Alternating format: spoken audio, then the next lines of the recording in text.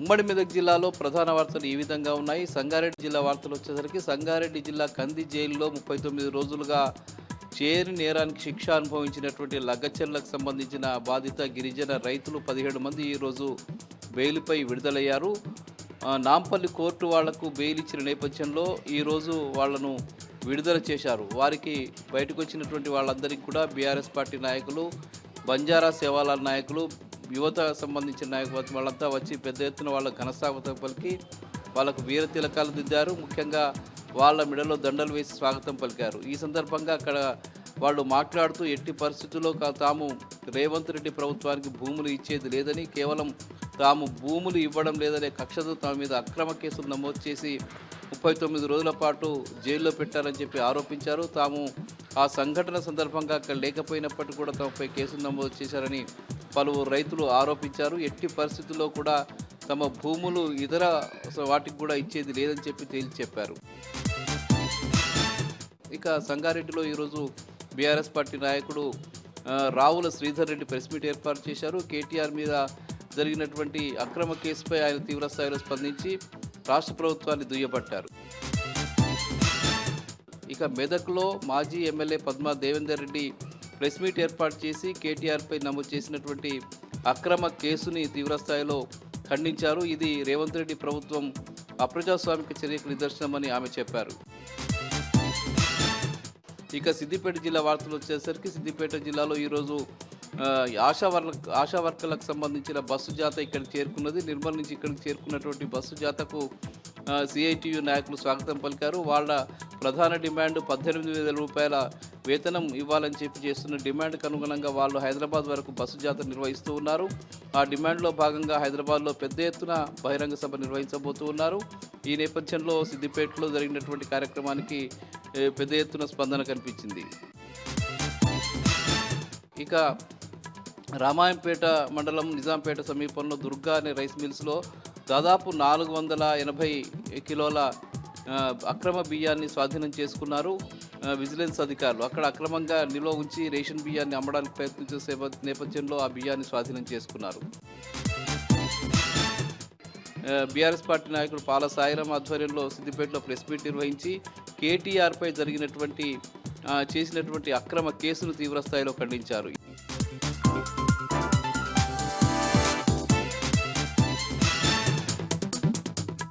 ఇక నల్గొండ జిల్లా వార్తలు చూస్తే అద్దంకిటు నరపల్లి రాజాపైన ఘోర రోడ్డు ప్రమాదం చోటు చేసుకుంది. మిరాళ్లమంలో నందిపాడు వద్ద ఒక్కసారిగా ప్రైవేట్ ట్రావెల్ బస్సు బోల్తా పడడంతో 10 మంది ప్రయాణికులకు గాయాలయ్యాయి. వేకోజామున ఈ ప్రమాదం జరిగింది. అతివేగం కారణంగా మత్తు కారణంగానే ఈ ప్రమాదం చోటు చేసుకుందని కూడా పోలీసులు విచారణ వెల్లడింది. ప్రమాద సమయంలో బస్సులో మొత్తం 30 మంది ప్రయాణికులు ఉన్నారు. హైదరాబాద్ వెళ్తున్నటువంటి ప్రైవేట్ ట్రావెల్ బస్సు ఒక్కసారిగా అదుపు తప్పి పొలాల్లోకి వెళ్లి బోల్తా కొట్టిందని కూడా పోలీసులు విచారణ వెల్లడింది. ఈ ఘటన పట్ల పోలీసులు కేసు నమోదు చేసుకుని దర్యాప్తు చేస్తూ ఉన్నారు. గాయపడ్డటువంటి క్షత్రఘాతులందరినీ కూడా మిరాల్గూడ ఏరియా ఆసుపత్రి నుంచి వైద్యం చేస్తూ ఉన్నారు. మరొక విషయానికి వస్తే నల్గొండ కలెక్టరేట్ ముందు 11 రోజులుగా సమగ్ర శిక్ష ఉద్యోగులు వినూత్న రీతిలో నిరసన కార్యక్రమాలు, ధర్నా కార్యక్రమాలు నిర్వహిస్తూనే ఉన్నారు. తమ డిమాండ్ల పరిష్కారానికై ఎన్నికల హామీలో భాగంగా సీఎం రేవంత్ రెడ్డి తమను రెగ్యులర్ చేస్తామన్నారు, సమాన పనికి సమాన వేతనం ఇస్తామన్నారు. కానీ ఇప్పటి వరకు ఎలాంటి ఊసెత్తడం లేదు. ప్రస్తుతం అసెంబ్లీ సమావేశాలు జరుగుతున్నాయి కాబట్టి తమ సమస్యల్ని విచారించి సమస్యలపైన చర్చించి తమ సమస్యల్ని పరిష్కరించాలని కూడా సమగ్ర శిక్ష ఉద్యోగులు డిమాండ్ చేస్తూ ఉన్నారు. రోజుకో రీతిలో వినూత్న రీతిలో ఈ నిరసన కార్యక్రమాలు చేస్తూ ఉన్నారు. ఈ రోజు కూడా బతుకమ్మలు, బోనాలు, వంట వార్పు కార్యక్రమంతో కలెక్టరేట్ ముందు దద్దరిల్లేలాగా ఈ నిరసన కార్యక్రమాలు చేశారు. ఇక మరొక విషయానికి వస్తే యాదాద్రి భువనగిరి జిల్లా ఆలేరు నియోజకవర్గంలో ఆలేరు మాజీ ఎమ్మెల్యే గొంగిడి సునీత మహేందర్ రెడ్డి మీడియా సమావేశం నిర్వహించారు. కేటీఆర్ గారిపైన పెట్టినటువంటి అక్రమ కేసులను ఆమె తీవ్రంగా ఖండించారు. కాంగ్రెస్ పార్టీ రాజకీయంగా ఎదుర్కొనే దమ్ము లేకనే కేటీఆర్ గారిని టార్గెట్ చేసి అక్రమ కేసులు పెడుతున్నారని కూడా గొంగిడి సునీత మహేందర్ రెడ్డి ఆగ్రహం వ్యక్తం చేశారు. రాష్ట్ర వ్యాప్తంగా పోలీస్ రాజ్యం నడుస్తూ ఉంది, నిర్బంధ పాలన నడుస్తూ ఉంది, ప్రశ్నించిన వారిపైన కేసులు పెడతా ఉన్నారు. ఏదైతే కేటీఆర్ గారిపైన పెట్టినటువంటి కేసు కూడా ఫాల్స్ కేసు అని కూడా ఆమె ఒక్కసారిగా ఆగ్రహం వ్యక్తం చేయడం జరిగింది. ఇప్పటికైనా సరే ఏసీబీ కేసును విత్డ్రా చేసుకోవాలి, కాంగ్రెస్ పార్టీ కూడా నిర్బంధ పాలన విడి ప్రజాస్వామ్య పాలన చేయాలని కూడా ఆమె డిమాండ్ చేశారు. మరికొద్ది రోజుల్లోనే కాంగ్రెస్ పార్టీకి చరమగీతం పాడే రోజులు దగ్గరలోనే ఉన్నాయి. రేవంత్ రెడ్డి చేస్తున్నటువంటి పరిపాలన పట్ల ప్రతి ఒక్కరు కూడా ఆగ్రహంగా ఉన్నారు. ఈ అక్రమ కేసుల పట్ల బీఆర్ఎస్ పార్టీ పోరాటం చేస్తూనే ఉంటుందని కూడా ఆమె పునరుద్ఘాటించారు. ప్రత్యేకంగా ఎన్ని కేసులు పెట్టినా, ఎన్ని నిర్బంధాలు పెట్టినా కూడా పోరాటం చేస్తాం, కాంగ్రెస్ పార్టీ నిలదీస్తామని కూడా ఆమె సందర్భంగా తేల్చి చెప్పారు.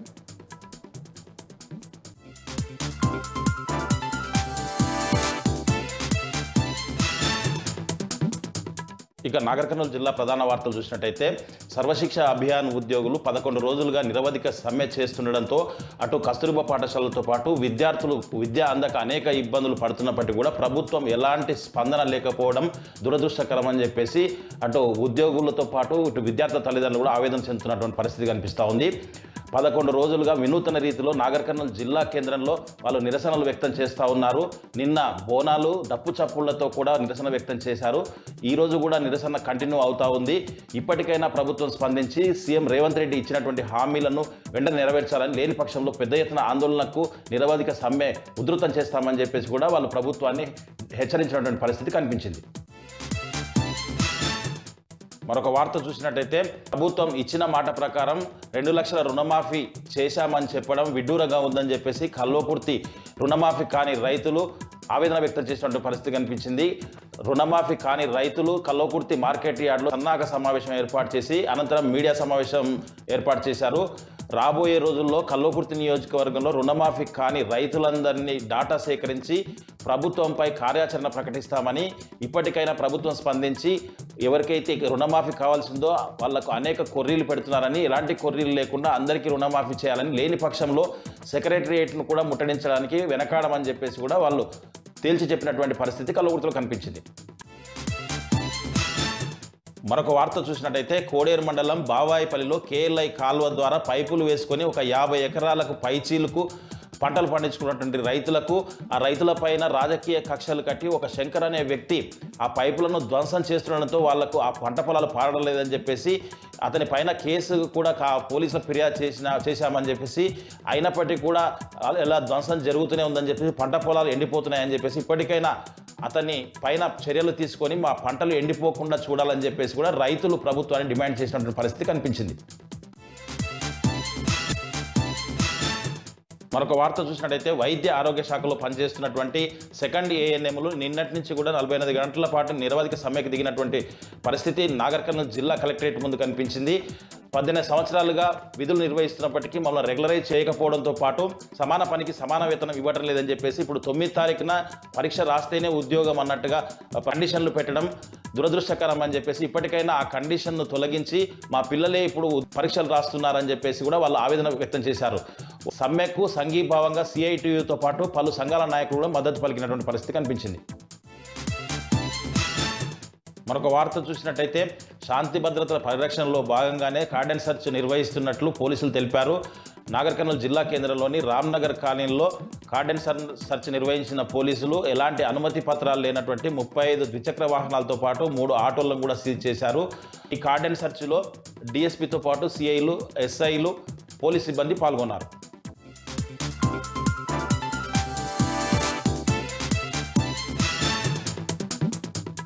మంచిర్యాల జిల్లాలోని ప్రధాన వార్తలు కనుక చూస్తే జిల్లా కేంద్రంలో ఆర్టీసీ బస్సు బీభత్సం సృష్టించింది. వెంకటేశ్వర టాకీ చౌరస్తా సమీపంలో మంచిర్యాల నుండి కరీంనగర్కు వెళ్తున్న గోదావరిఖని డిపో బస్సు డ్రైవర్కు అకస్మాత్తుగా ఫిట్స్ రావడంతో అదుపు తప్పి వాహనాలపై దూసుకెళ్లింది. ఈ ఘటనలో 2 కార్లు, ఓ బైకు ధ్వంసమయ్యాయి. బైక్పై ఉన్న సత్యనారాయణ అనే వ్యక్తికి తీవ్ర గాయాలయ్యాయి. స్థానికులు హుటాహుటిన ప్రభుత్వాసుపత్రికి తరలించారు.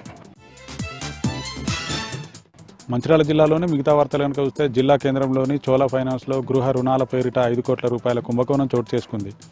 ఆరోపణలు ఎదుర్కొంటున్న ప్రవీణ్ అనే వ్యక్తి స్వస్థలం చెన్నూరులో విచారణ చేపట్టారు చోళ ఫైనాన్స్ చెందిన అధికారులు. తన మనవడిపై అవినీతి ఆరోపణలు రావడం, అధికారులు విచారణ చేపట్టడంతో మనస్తాపంతో పురుగుల మందు తాగి ఆత్మహత్య యత్నానికి పాల్పడింది ప్రవీణ్ నానమ్మ లచ్చక్క. హుటాహుటిన కుటుంబ సభ్యులు లచ్చక్కను చెన్నూరు ప్రభుత్వాసుపత్రికి తరలించారు. మంచిర్యాల జిల్లాలో సమగ్ర శిక్ష కాంట్రాక్ట్ ఉద్యోగుల సమ్మె 11వ రోజుకు చేరుకుంది. నస్పూర్లోని జాతీయ రహదారి నుండి కలెక్టరేట్ కార్యాలయం వరకు ప్లకార్డులతో ర్యాలీ నిర్వహించి కలెక్టరేట్ కార్యాలయం ముందు ధర్నా నిర్వహించారు ఎస్ఎస్ఏ ఉద్యోగులు. వెంటనే రాష్ట్ర ప్రభుత్వం సమగ్ర శిక్ష కాంట్రాక్ట్ ఉద్యోగులను క్రమబద్ధీకరించాలని, పే స్కేల్ అమలు చేయాలని, ఎస్ఎస్ఏ ఉద్యోగులను విద్యాశాఖలో విలీనం చేయాలంటూ డిమాండ్ చేశారు. మంచిర్యాల జిల్లా నస్పూర్ మున్సిపాలిటీ పరిధిలోని ఊరు శ్రీరాంపూర్లో పేపర్ ప్లేట్ల తయారీ కేంద్రంలో అక్రమ కలప రవాణా గుట్టురట్టయింది. నస్పూర్ మున్సిపాలిటీ పరిధిలోని ఊరు శ్రీరాంపూర్లో భవానీ పేపర్ ప్లేట్ తయారీ కేంద్రంలో అక్రమంగా నిల్వ ఉంచిన 3,40,000 రూపాయల విలువగల అక్రమ కలపను స్వాధీనం చేసుకొని కలపతో పాటు పేపర్ ప్లేట్ల తయారీ కేంద్రాన్ని సీజ్ చేశారు అటవీ శాఖ అధికారులు. పేపర్ ప్లేట్ల తయారీ యజమాని పరారులో ఉన్నట్లుగా అటవీ శాఖ అధికారులు తెలిపారు.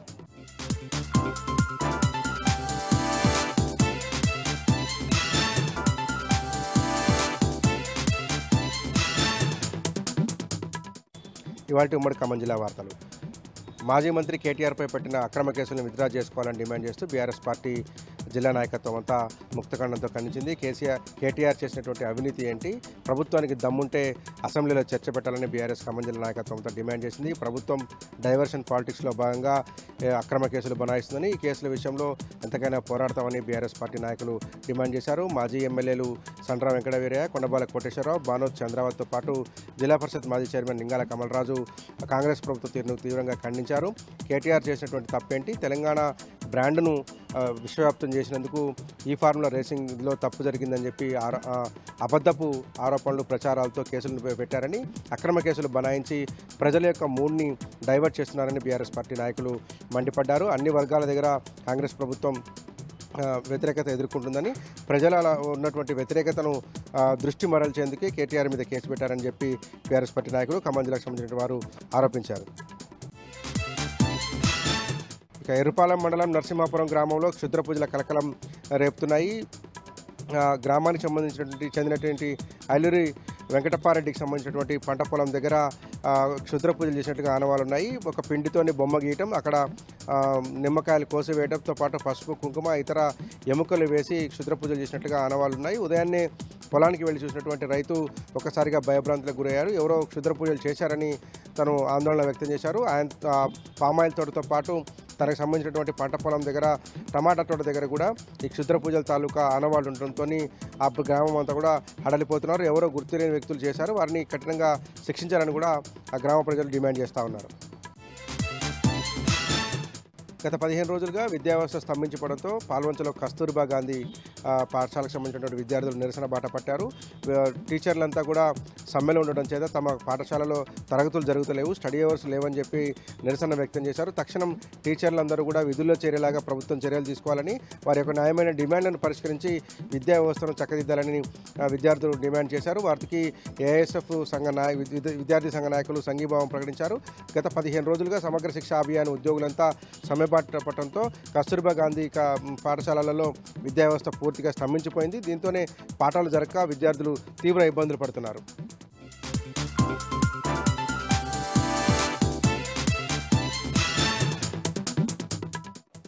ఉమ్మడి వరంగల్ జిల్లా ప్రధాన వార్తలను పరిశీలించినట్లయితే 2041 మాస్టర్ ప్లాన్ ప్రకారం ఎన్మామ్ల మార్కెట్ దగ్గర ఉన్నటువంటి 200 ఫీట్ల రోడ్డును మళ్ళీ మార్చే విధంగా ఇచ్చినటువంటి డ్రాఫ్ట్ నోటిఫికేషన్ నిరసిస్తూ ఏదైతే 200 ఫీట్ల రోడ్డు దగ్గర మాజీ ఎమ్మెల్యే నన్నపనేని నరేందర్ ఆధ్వర్యంలో ధర్నా రాస్తారోకో నిర్వహించారు. ముఖ్యంగా ఎన్మామ్ల ప్రాంతానికి సంబంధించినటువంటి ప్రజలకు నష్టం కలిగేలా తీసుకున్నటువంటి నిర్ణయాన్ని వెంటనే వెనక్కి తీసుకోవాలని, లేకుంటే ప్రజలతో కలిసి ఆందోళన చేపడతామని ఈ సందర్భంగా నన్నపనేని నరేందర్ హెచ్చరించారు.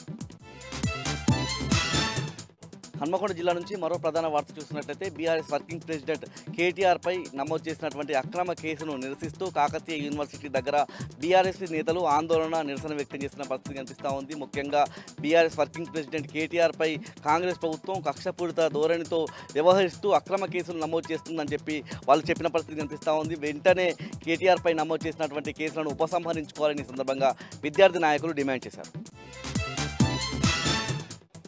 జయశంకర్ భూపాలపల్లి జిల్లా ప్రధాన వార్తలను పరిశీలించినట్లయితే బీఆర్ఎస్ వర్కింగ్ ప్రెసిడెంట్ కేటీఆర్పై అక్రమ కేసులు నమోదు చేయడాన్ని నిరసిస్తూ భూపాలపల్లి పట్టణంలోని అంబేద్కర్ జంక్షన్ దగ్గర మాజీ ఎమ్మెల్యే గండ్ర వెంకటరమణారెడ్డి ఆందోళన నిర్వహించిన పరిస్థితి కనిపిస్తూ ఉంది. బీఆర్ఎస్ శ్రేణులతో కలిసి ధర్నా నిర్వహించిన పరిస్థితి కనిపిస్తూ ఉంది. ముఖ్యంగా కేటీఆర్పై నమోదు చేసినటువంటి కేసులను వెంటనే ఉపసంహరించుకోవాలని ఆయన డిమాండ్ చేశారు. ఏడాది కాలంగా డైవర్షన్ పాలిటిక్స్ చేస్తూ ప్రజలను మోసం చేస్తూ ఉన్నారని చెప్పి ఈ సందర్భంగా గండ్ర వెంకటరమణారెడ్డి వ్యాఖ్యానించారు.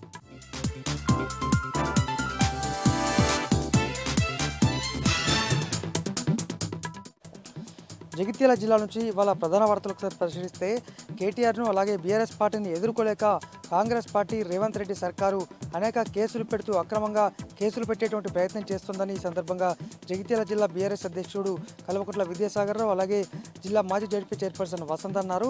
సంవత్సర కాలంగా కాళేశ్వరం అలాగే ఫోన్ ట్యాపింగ్ ఇలా రకరకాల కేసుల పేరుతో ఎంతో రకాలుగా ఇబ్బందులకు గురి చేసే ప్రయత్నం చేసినప్పటికీ ఏది కూడా నిరూపించలేకపోయారు. తాజాగా ఈ రేసింగ్ వ్యవహారాన్ని కూడా తెరపైకి తెచ్చి కొత్త నాటకానికి రేవంత్ రెడ్డి తెరలేపాలని సందర్భంగా వీరంతా బీఆర్ఎస్ నాయకులు జిల్లా పక్షాన ఈ అక్రమ కేసునైతే తీవ్రంగా ఖండించారు.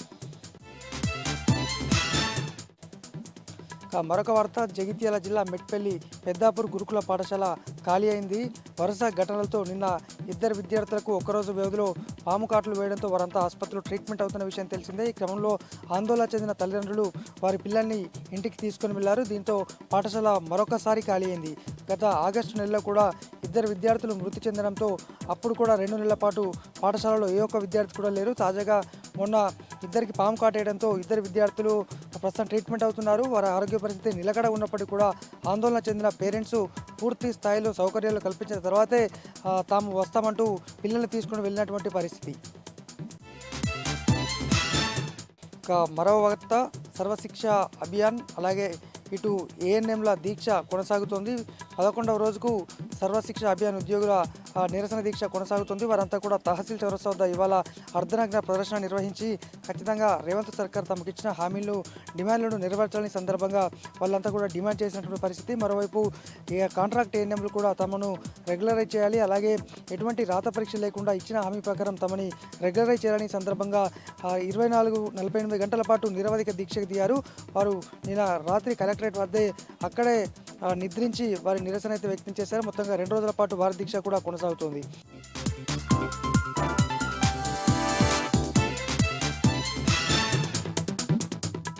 ఆదిలాబాద్ జిల్లా వార్తల విషయానికి వస్తే, తెలంగాణ ఆదివాసీ గిరిజన సంఘం ఆధ్వర్యంలో ఆదిలాబాద్ ఆర్టీసీ బస్టాండ్ ఎదుట కేంద్ర హోంశాఖ మంత్రి అమిత్ షా దిష్టిబొమ్మ దగ్ధం చేశారు.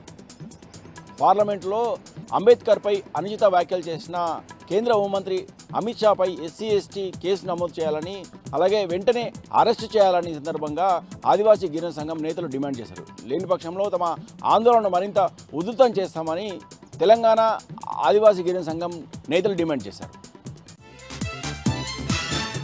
ఇక మరో వార్తా విషయానికి వస్తే, జిల్లా కలెక్టర్ కార్యాలయం ఎదుట గత 11 రోజులుగా సమ్మె చేస్తున్న సమగ్ర శిక్ష ఉద్యోగులు రోజుకో రీతిలో తమ నిరసనను వ్యక్తం చేస్తున్నారు.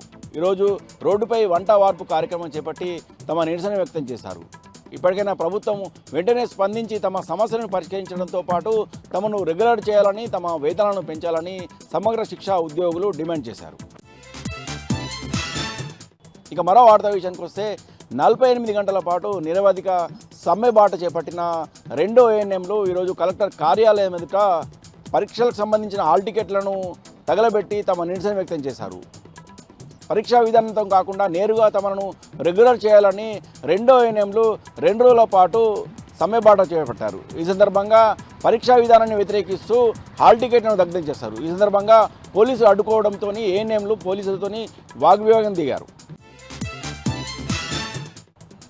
ఇక నిర్మల్ జిల్లా వార్తల విషయానికి వస్తే, జిల్లా కేంద్రంలోని RDO కార్యాలయం గత 11 రోజులుగా సమ్మె చేస్తున్న సమగ్ర శిక్షా ఉద్యోగులు ఈరోజు వినూత్న రీతిలో తమ నిరసన వ్యక్తం చేశారు. జాతీయ రహదారిపై రోడ్లను శుభ్రపరుస్తూ తమ నిరసన వ్యక్తం చేశారు. ఇప్పటికైనా ప్రభుత్వం స్పందించి వెంటనే తమను రెగ్యులర్ చేయాలని, అలాగే తమ వేతనాలు పెంచాలని డిమాండ్ చేశారు. లేని పక్షంలో తమ సమ్మె తమను రెగ్యులర్ చేసే వరకు, తమ ప్రభుత్వ ఉద్యోగులు గుర్తించే వరకు కొనసాగుతుందని ఈ సందర్భంగా హెచ్చరించారు. ఇక మరో వార్తా విషయానికి వస్తే, DMNHO కార్యాలయం ఎదుట 2 రోజుల పాటు సమ్మె చేపట్టిన 2 ఏఎన్ఎంలు ఈరోజు వినూత్న రీతిలో నిరసన వ్యక్తం చేశారు. DMNHO కార్యాలయం ఎదుట ధర్నా చేపట్టి ఆందోళన భాగంగా ధర్నా చేపట్టారు. ఈ సందర్భంగా ఏఎన్ఎంలు మాట్లాడుతూ పరీక్షా విధానం లేకుండా తమ రెగ్యులర్ చేయాలని, అలాగే ఈ నెల 29వ తేదీన నిర్వహించనున్న పరీక్షను వెంటనే రద్దు చేయాలని, కాంట్రాక్టు ఏఎన్ఎంగా ఉన్న వారిని వెంటనే రెగ్యులర్ చేయాలని, లేని పక్షంలో తమ ఆందోళనను మరింత ఉధృతం చేస్తామని హెచ్చరించారు.